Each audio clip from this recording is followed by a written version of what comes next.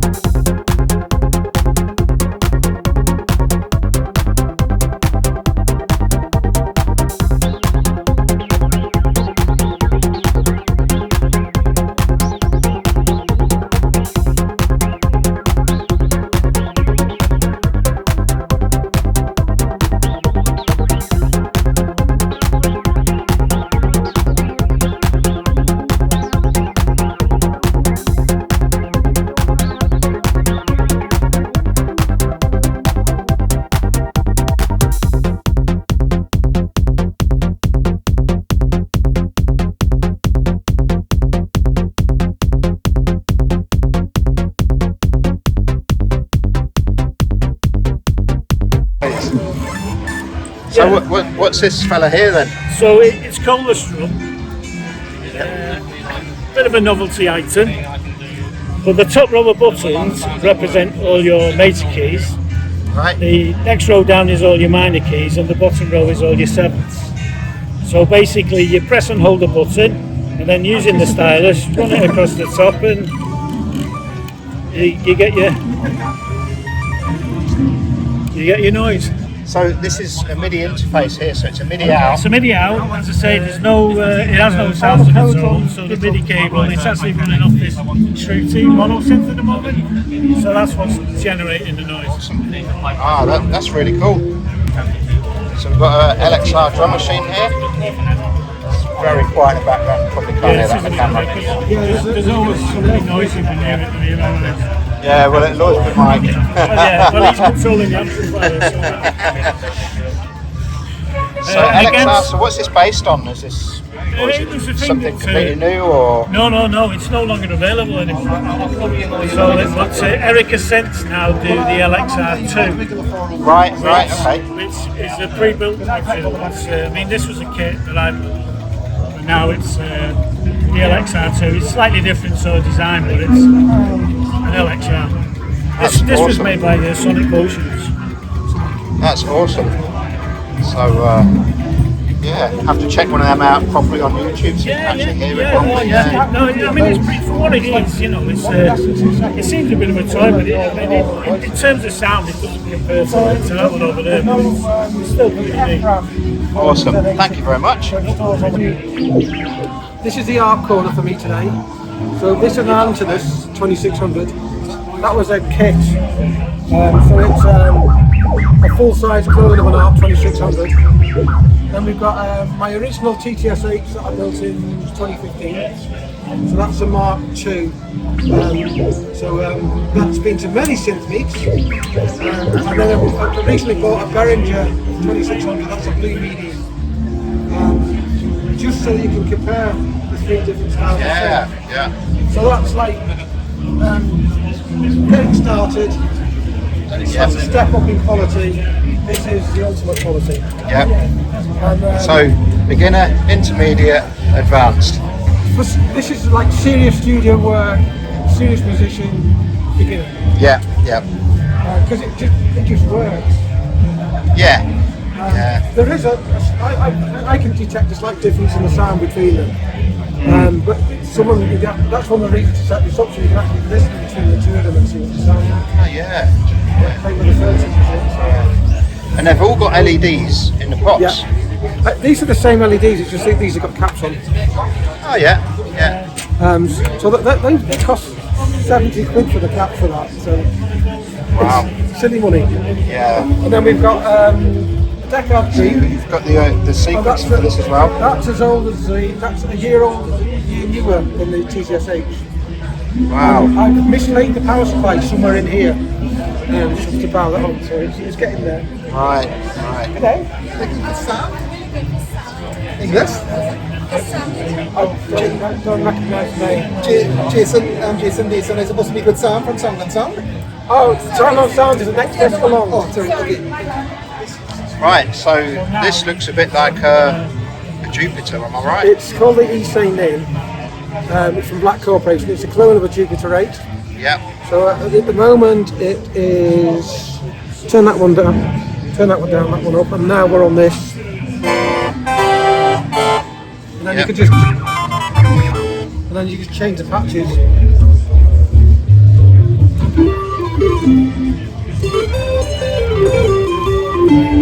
So this is quite a stereo, 8-voice analog poly. It's a bit like the Deckard's Dream, but it's a different parts in the circuit boards and the filters and stuff like that, which are very close to the original Jupiter 8s. I've actually had a couple of friends who've got Jupiter 8s comparing these. Oh, yeah? They're very close. Really? Wow. So there's a few little tweaks. Nice to see you. And that's 3 days old. That's the Another new toy. That's the new Core Key State, which is a poly aftertouch keyboard. Oh, nice. You said hello already.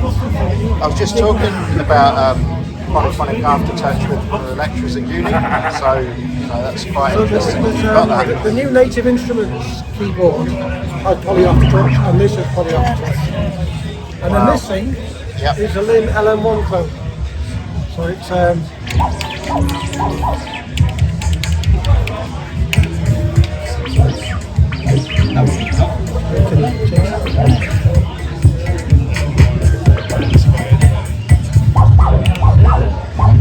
so That's awesome.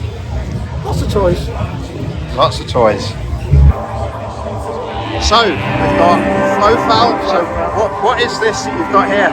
So this is an old smartwatch I've got in a 3D printed case, but it works on any kind of smartwatch or smartphone. It takes any kind of movement from this and sends it into Ableton, and then you can do anything you like once it's inside there. So how does that connect? Is it Bluetooth? So it's going over or- Wi-Fi, so it's just going to this little right, Wi-Fi okay. box here. Okay. So, and this is all free to download. So as long as you've got Ableton mobile phone, then you can try it and stuff. So it's just, is this just any Just any Wi-Fi box is any fine. Wi-Fi box? Yeah, And this yeah. is the bit that you. Yeah, so this is sending. So it works on, works on phones as well. So, Wow, so just with your normal mobile phone, you can. that's check awesome. So you can do things which are a bit more beat-based as well. So with this one, I've got a breakbeat running here, and then any kind of movement is triggering the second breakbeat. Ah,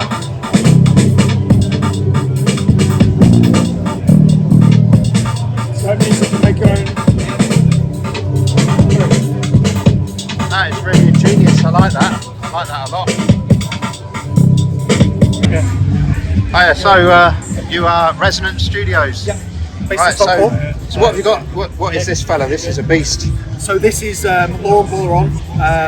So Balleron, he's based in, I think he's based in Calais actually, in France. So this is the second synthesizer that he's produced. The first one is the kind of semi-famous Balleron, the River, which was based on a kind of two Moog sources. So this is his second one. This is only one of 25 in the world at the moment, so he does very small batches. I think it's one of only 1 or 2 in the UK as well. So it's incredible sounding instrument. The functionality on it is it's fantastic. Can't do it justice how good it sounds, and it's a shame that we've not got it. We do have it hooked up to the vocal monitors as well. But when we had a session in the studio down here, which funnily enough we got a photo of, where we had 2 people came in to have a play around with it, and they were absolutely blown away by it. Wow. So the whole point in the studio as well is that you can come in. We've got 270 pieces of equipment in the studio that you can come in, you can play, you can record within minutes of coming in. That includes things like Jupiter 8, Harp 2600s, Elka Synthex, Synclavia. We've got one of the original Synclavias in there as well. We've got modern instruments as well, like the C15. We've got the Groove Synthesis third wave. We've got pretty much all the drum machines that you'd want in there. So we've got an 808 909. We've even got a 505, a 606, 626, 727, 707, 808 909. Yeah, see some of the stuff on there. Even got a Lin LM1 as well. So one of the originals, and a Lim drum and a DMX. And the whole point is, we grew up in Manchester, and there's nothing in Manchester. There's nothing really. It feels like there's nothing in the north of the UK. So the idea is you can come in, you can book, 4-hour session, and you can record whenever you want. Right. And then we've got effects as well that go along with that. So we have your classic Roland Space Echo, obviously not here today, but like your Roland Space Echoes. We've got Neve preamps, we've got a nice little studio mixing desk as well. This guy is. So I can see that you've got feedback on like different parameters, so you can tweak it here. It's all touch screen as well, so you can actually have a play around with that as well. It's a shame that the audio's not in there. We can route it to the vocals if you want. I can only imagine with the amount of 4 VCFs. I mean, that's pretty intense. So with this one, he almost. So I bought. I was obsessed with trying to get the River for a long time because it was. I like the sound of it. It's a. But the only time I ever got to try one was when I actually went to buy it. So other than that, it was demos, things like you see on YouTube. So because I couldn't get a River at the time, because he stopped producing the River because of the availability of the chips for that. So then he moved on to this project with more readily available things. But the low end on this is something else. I mean, I can imagine. We had to. So your VCFs, you've got a 24 dB at the top, and then you've got a multi-mode here with your high pass and band pass. So It's that's pretty amazing. So if you want to churn, by the way, but by all means, get the headphones on and have a play around with it. You're more than welcome to. I might well do that. This is the whole point of the studio. This is what it's for. It's about actually coming and trying things out, but going away with recordings as well. So that's Resonance Studios. We've got a discount at the moment as well. So we've got a 20% off. So if you go to the website, you book in, there's the code for it. Nice. How long's that going for? Sorry? How long's that going to run for? Probably to the end of the year. End of the year, end of 2024. Excellent. Alright, thanks ever so much. No problem. Recording this. Right, this is one of the iconic synths of the 80s, the early 80s.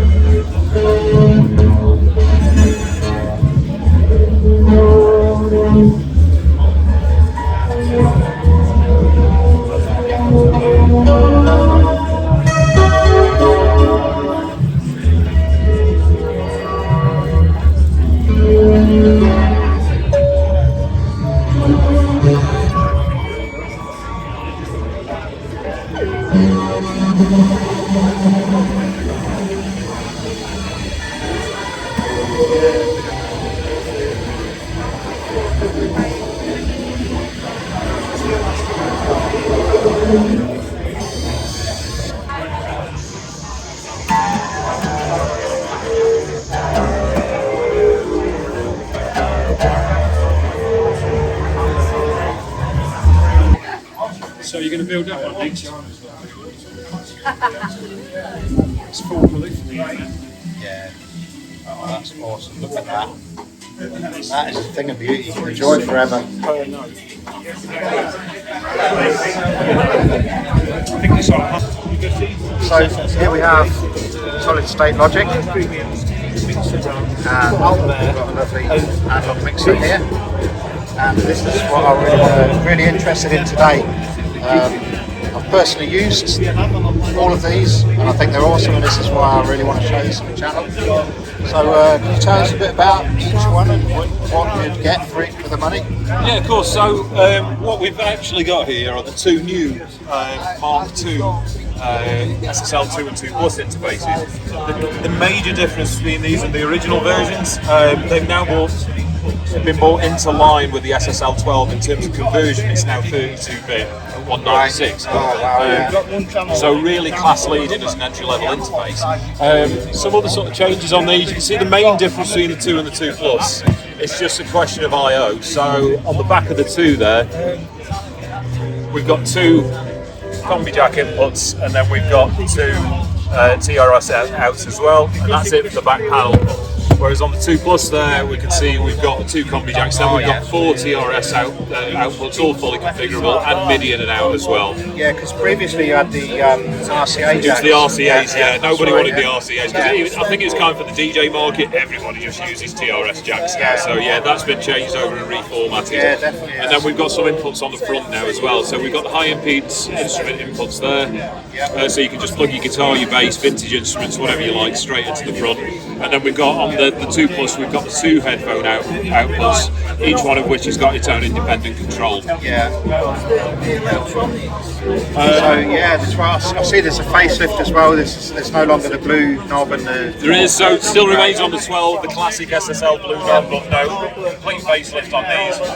We've gone for this much sort of darker, sleeker sort of design. Other sort of small features that have been updated, so all of the switches are soft switches now, so you just press that, there's no click, that is just hardware controlling. So you're never going to get any dirt in there, any scratchy switches, anything like that, that's all been sorted out. And then we still have the legacy 4K button, so you press that and it changes the EQ in a way very similar to the old 4000 series consoles. And now we have it, the new 2 and 2 Plus. So we've got the 2 Plus retails at 285 in the back. That's really good. We've got the 2 retails at 209. I think they're 399, I think, as well. Yeah, I recently bought that one.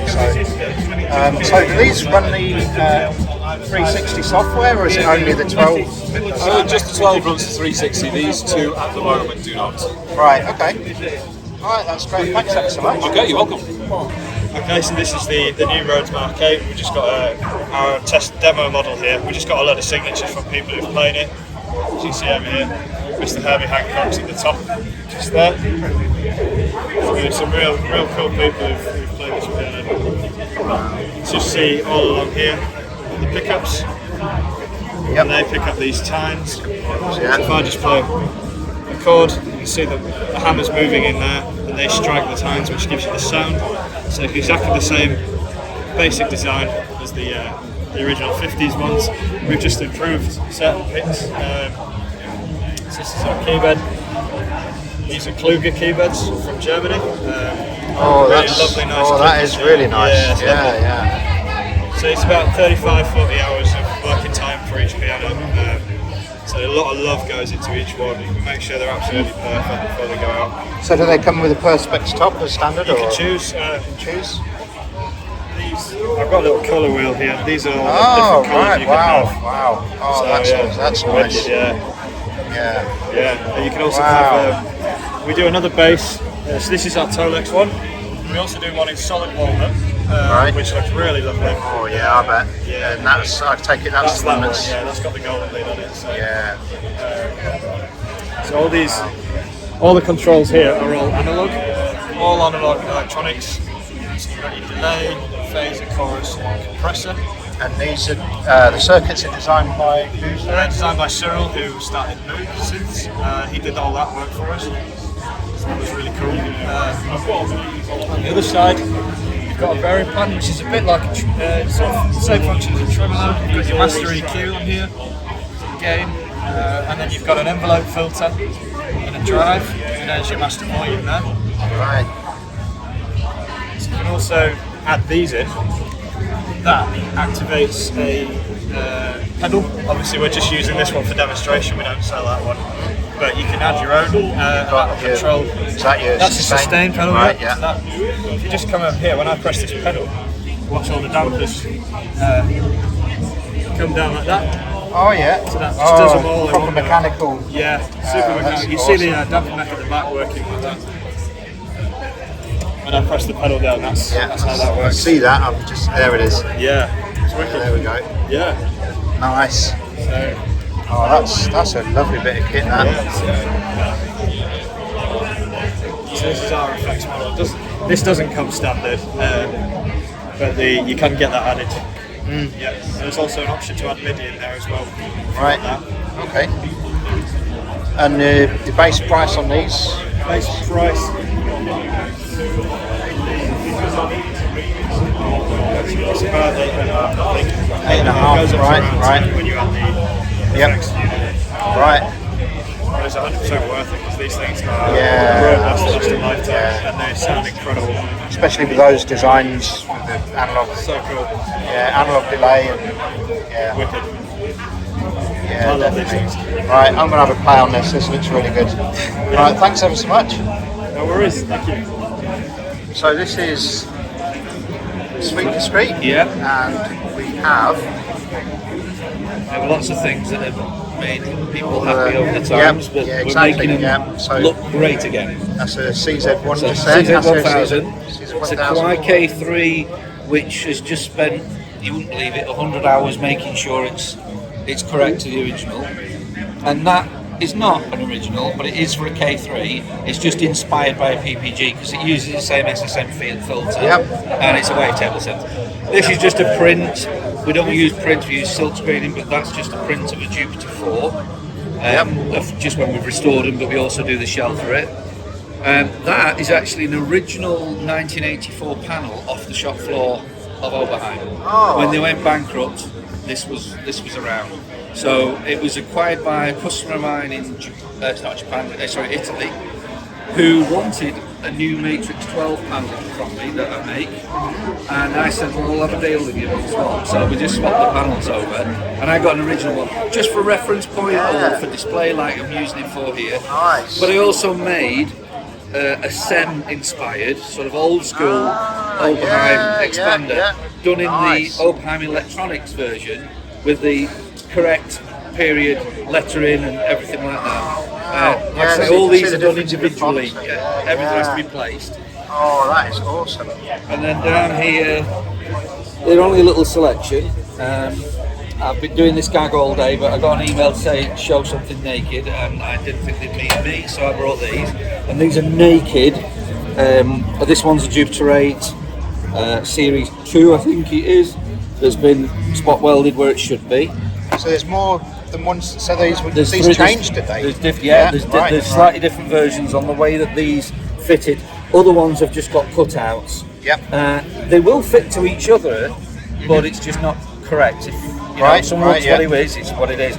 This is a completely modified, re-engineered rear internal panel for a Jupiter 8 that now has the ability to have MIDI fitted. So if you've got a MIDI kit, you don't have to drill a hole in the back. It's now can be fitted from the inside. That can be bought separately, or it's part of the full shell that we make for a Jupiter 8. And that comes from Synthful Bodies, which is what we're holiday agents for. So Sweet Discrete is the overall, but Synthful Bodies make the shells. This one is a TR909, top and the base. Again, the naked. Of course, we supply them fully coated and silk screened. Everything's done to within 0.2mm tolerances, so it's the same as an original. Now, manufacturers did use at times different suppliers, different workshops to do things. So there could be variances that, for instance, Jupiter 8's had them, that could be a variance. So what have I got to pay for one of these? Well, a complete shell redone, doesn't include its end sheets. I think it's about £5.90 at the moment. Right. But what I'm finding is it's more expensive to restore one Yeah, than I it can is to imagine. just get that. Yeah. But if they want to keep the originality, which is so important to me, and I get it, Yeah. you put your original on the wall and just order this. Yeah. You also don't have to ship it all the way around the world for me to restore it. So there's an option Yeah, for yeah, that there's makes two sense, camps. yeah, There's yeah. those that want it as it should be and they want to keep it where it is. Yeah. And there's those that want to just restore beautifully, and I can do Yeah. that. So we can either powder coat with a slight texture, so it's akin to the original. But Right. the originals are not coated on the outside. They have a wrap. Right. An original 909 is wrapped from factory. So I do also That's the interesting. wrap as well. Okay. But it just does not pop as much as a powder coated version. Right. So a Right. powder coated version seems to be more popular. Yep. I can do a ceramic version as well, Wow. but you can't really get a lot of texture in the ceramics. Right. You can with additives, but it doesn't seem to bode as good. The ceramic work will work for this much, well, I wouldn't say much better, but it's more flatter and more vintage looking. You know, when you're putting them to an original coating of a Jupiter 8. Then we've got, that's KX88 panel with its Yep. header there. There's the. Yep. We've got the PPG inspired, which you saw there. Got the DX7. Yep. These are all silk screened, and they're all done inside and out with the material to sort of fix it to the glue. Very simple, just a couple of hours to fit any of these, but you just got to make sure every single ounce of glue is off. And Because this a tiny is bit of glue self-adhesive, underneath this, yeah. it will look like a boulder, and it will just ruin Yeah. the look. So, in there is a brand new expander panel.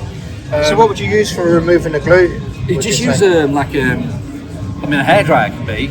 Oh, because you just soften the yeah, glue. if Right, you use right, a okay. heat gun Yeah. and you're a little bit, because heat guns do get a bit hotter than your no average chemicals hairdryer. then, just yeah. wipe it. Oh, you don't need the chemicals. Right, You can okay. use, once it starts to lift, you can do a bit of glue remover, you know, sticky stuff remover, Yeah, and it yeah. does help. Right. But if you've got it like there and you've got a bit of heat, it'll just peel off.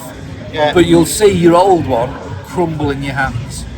Well, that Wow. dried out. Wow. That's why when people say, "Oh, I don't need one," I go, well, "That's fine, Yeah. but take my card because you will do one day." Yeah. And it might be 10 years into the future, but you know, Yeah, yeah. whatever.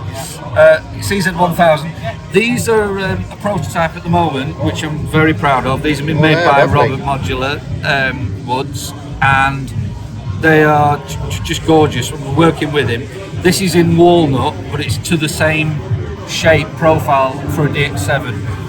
They're not finished as yet. They're going to have brass countersunk inserts for threads. Right, right. They're also going to have two little L-shaped brackets there, but they're also going to have the cutouts, so they do literally just slot onto a Jupiter. Sorry, not Jupiter 8, DX7, and then just top And will up. that go on to DX9's the same It shape, is it should not? do. Yeah. It should do. Yeah, I'm sure it's the same chassis. Yeah, of course. So- This here is a prototype. It's not the right finish, and it's not got the cutouts. It's all one piece. It's just a prototype, but it is actually the Japanese spec Matrix 12, Wow. which differs.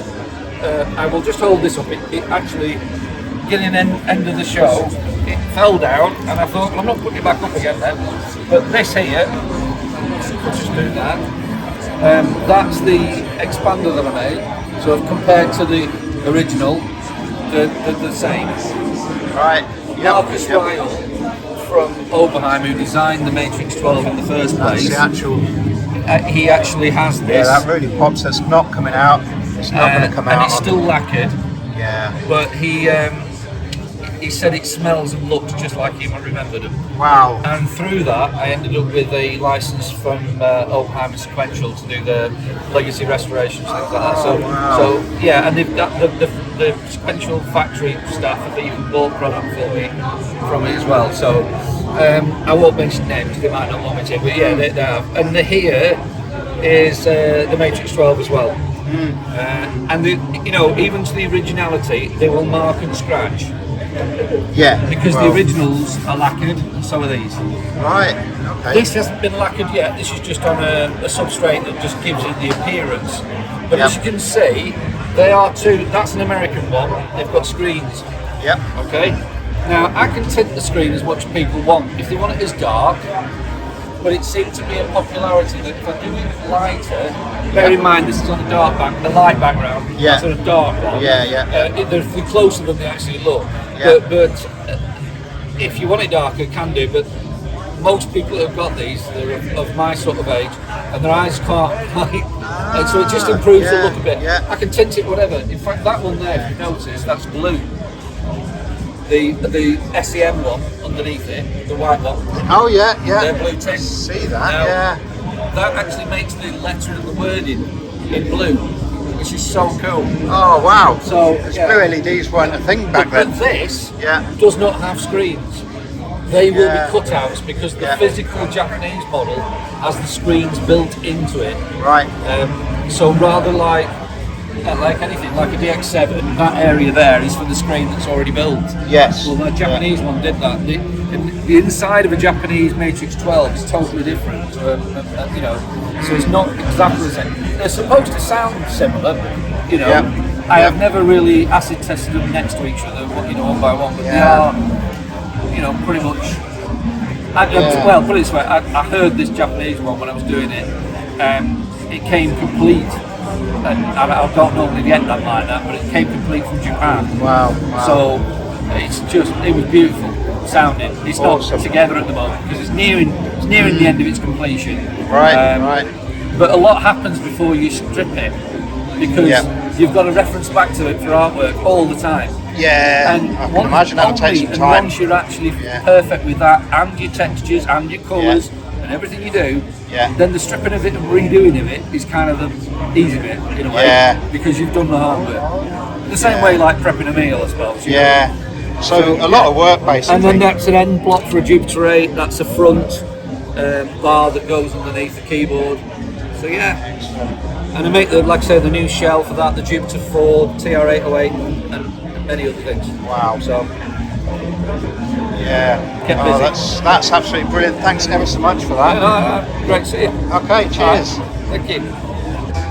Okay, so we've got DPW Design. We've got Dan. Hi. So this is obviously all your latest gear here. This looks complex but phenomenal at the same time. So what is the latest machine The you've got? latest release at Super Booth was this pedal I/O. Right. And now I'm also releasing this pedal power thing, so to go together with the pedal I/O, so you can power your pedals from your case. And if you just have enough juice in your case, you can power up to 20 of these hollow frames or whatever. Wow. So it's 2 times 1000 milliamp, 9 volt out. Wow. So the bottleneck is probably your power in the case. But this. So the pedal I/O, what? Is that just bringing the level up?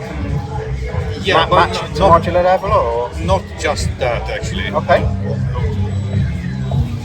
It is also. Let's see.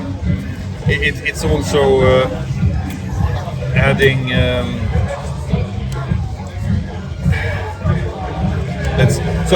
So it's intended for pedal levels up to -4 dB. Right. And up to that point, it's super linear, 100 kilohertz bandwidth, very clean. But what if you put something with the higher transients and what things in? You need to be able to take care of that too. So I've actually designed it with a super long soft knee limiter in it. Wow. So it's actually 10 dB long soft knee. So it starts almost touching things at -4 dB. Right. And at +6 dB, it's brick walling. So to show that, since I can't bring guitars and so on, so I brought this thing from What the Fuck Percussion, a friend of mine. So you can connect this in. Yep. And can see that this is like slapping a bass. Yeah. And you don't get horrible, evil sounds. Yeah. So it is. I've made a video showing that on the pedal side, if you put line level in, it will just add a little bit of warmth and slight compression, but not much. Okay. And you could even put things all the way up to your rack level, and it will distort a little bit, but still pleasantly. Yeah. Even though it's expecting -4. So yeah. Yeah. So. And I also like to do like combinations of say you go from the pedal interface and sorry, there was some Don't other apologise. I like loud noises. things going on.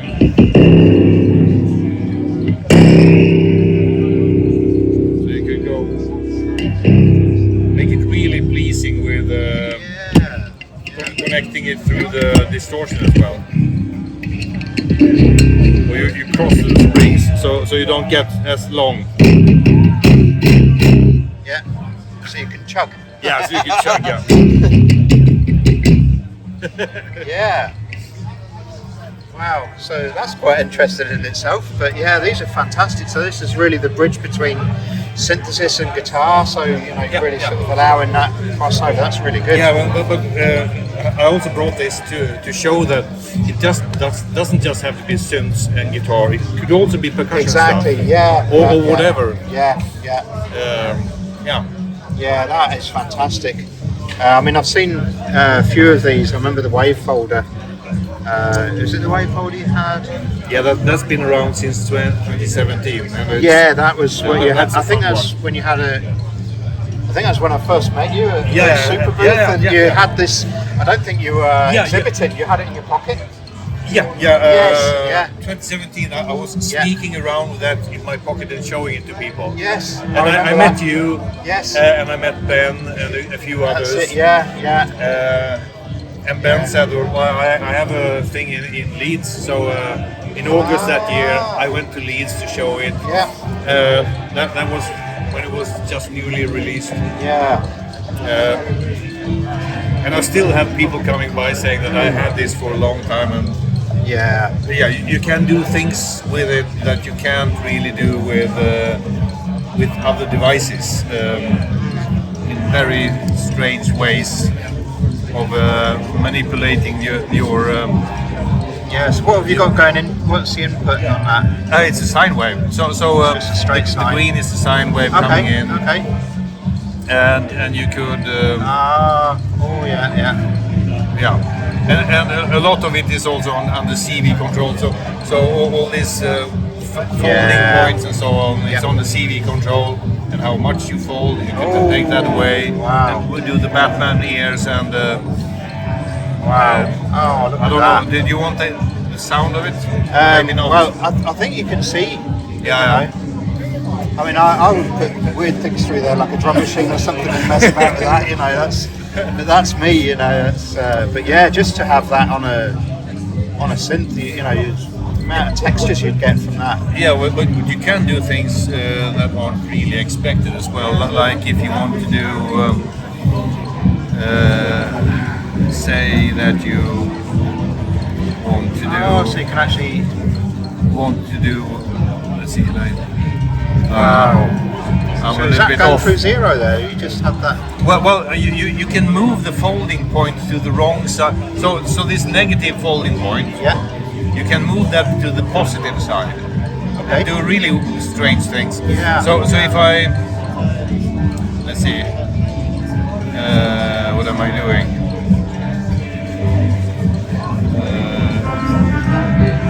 So if you take away the incoming wave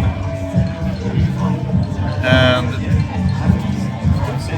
do like this, then you have a half wave rectifier.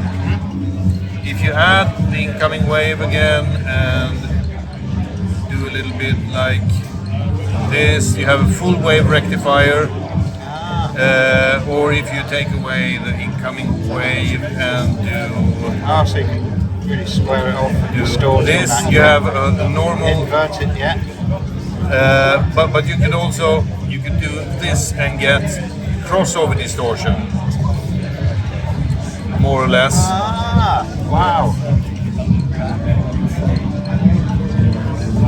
And you, these ones that I'm moving, they can be moved with CV, of course. Yeah. So you can do crossover distortion as well, or asymmetric crossover distortion on both sides if you want to. There's a number of things you can do. Amazing module, that. And it's DC coupled, so everything like this you can do on envelopes and whatever. Awesome. And obviously you've got a few other bits here. AV2, what is the AV2? What does that do? Well, that is an updated version. It's basically the same as my AV1, which is two attenuators that could be voltage sources as well. So if you see that knob is... Oh yeah, attenuator in there, between. So if you don't have anything patched into it, you can use it as a macro knob for controlling a bunch of other stuff. Right. And then so you have two attenuators, in and out, and then after them you have a mixer with an attenuator on it.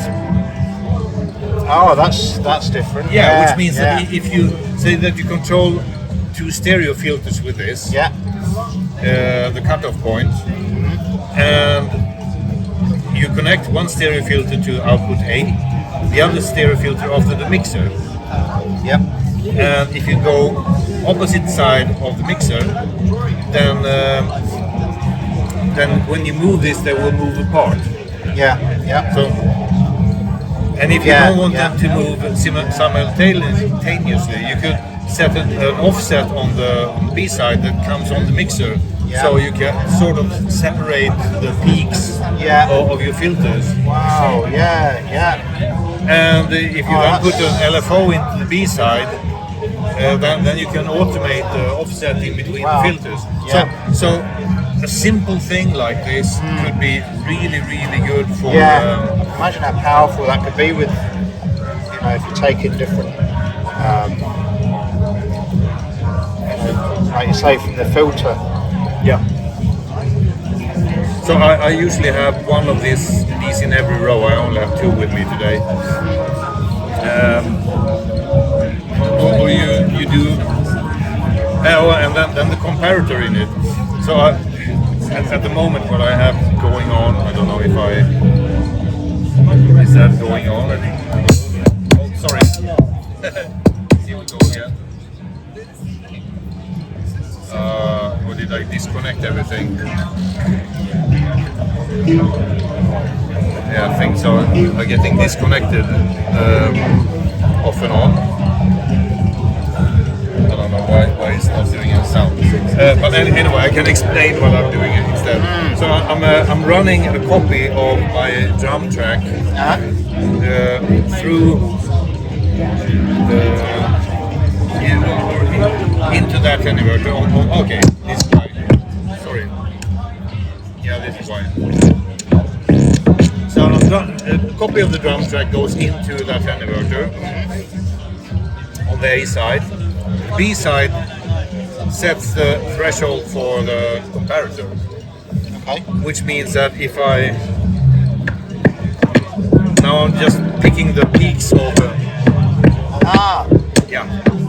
and then out from the comparator I audio rate ping the filter. And then that goes into a delay. And if you add the drums to this, so you run them in parallel.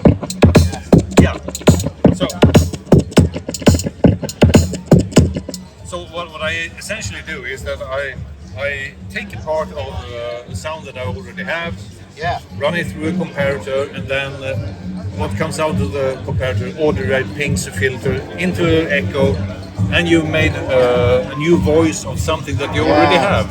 Yeah. So that also becomes sort of part. You can use it as part of the performance. So you sort of bring in another flavor of what's already there, and it's Yeah. So a simple thing like that can be so powerful. It's incredible. Yeah. Okay, we're gonna have a look at this now. The mix. This is a fun one that might not come across. Let's see. Why is there no sound? Okay. So you've got a volume and a pan. So this is in stereo, so it might not be. It should record in stereo. It might. Well, if it doesn't, it's. I mean, here it is. Yes. So what I'm doing is, if I stop the stereo thing, It sounds even wider. you have a kick on that side and a ring sound on that side. Yeah. And if I would do this, I would swap them. Yep. Very simple in a way. So what I'm doing is I could CV control that. So I'm having the zero module listening to the two sounds coming in. Yep. If I connect this, every time they are at exactly the same voltage, they swap channel. So you get this huge stereo field, and it's super mono compatible. So if I mono this, because the switch is so well, it switches clean up to at least 300 kilohertz. So or if you do it. This is if you don't do the stereo thing, but just switch in between two sounds. Yeah. And if we'll go back to stereo again, you could also, if you want to control the switching, I can do that with LFO. So now it's switching as fast as it can. If I put that one in there. Oh. That's zero. That's your zero module there. But the thing is that you've got absolutely click-free switching. So this is audio rate wave splicing. Yep. But if you want to go faster or go audio rate fast, so I'm setting this filter up to be an oscillator. Okay. You can go really fast. So the thing is, if you wouldn't have the zero controlling it, so if you would control it just switching straight on. Yes. Yeah. Horrible. So really smooth thing. Yeah. And if you turn up the frequency, then you can't hear the half analog stuff that is switching. Yeah, oh, that's lovely that. I don't know if that's going to translate well through the camera, but yeah, it would be interesting to see. yeah, but that, I mean, to my ears, sounds phenomenal. And I have a bunch of videos on that, or a few at least. Yeah. Also on splicing LFOs together, so you don't get any steps, and so on. So it's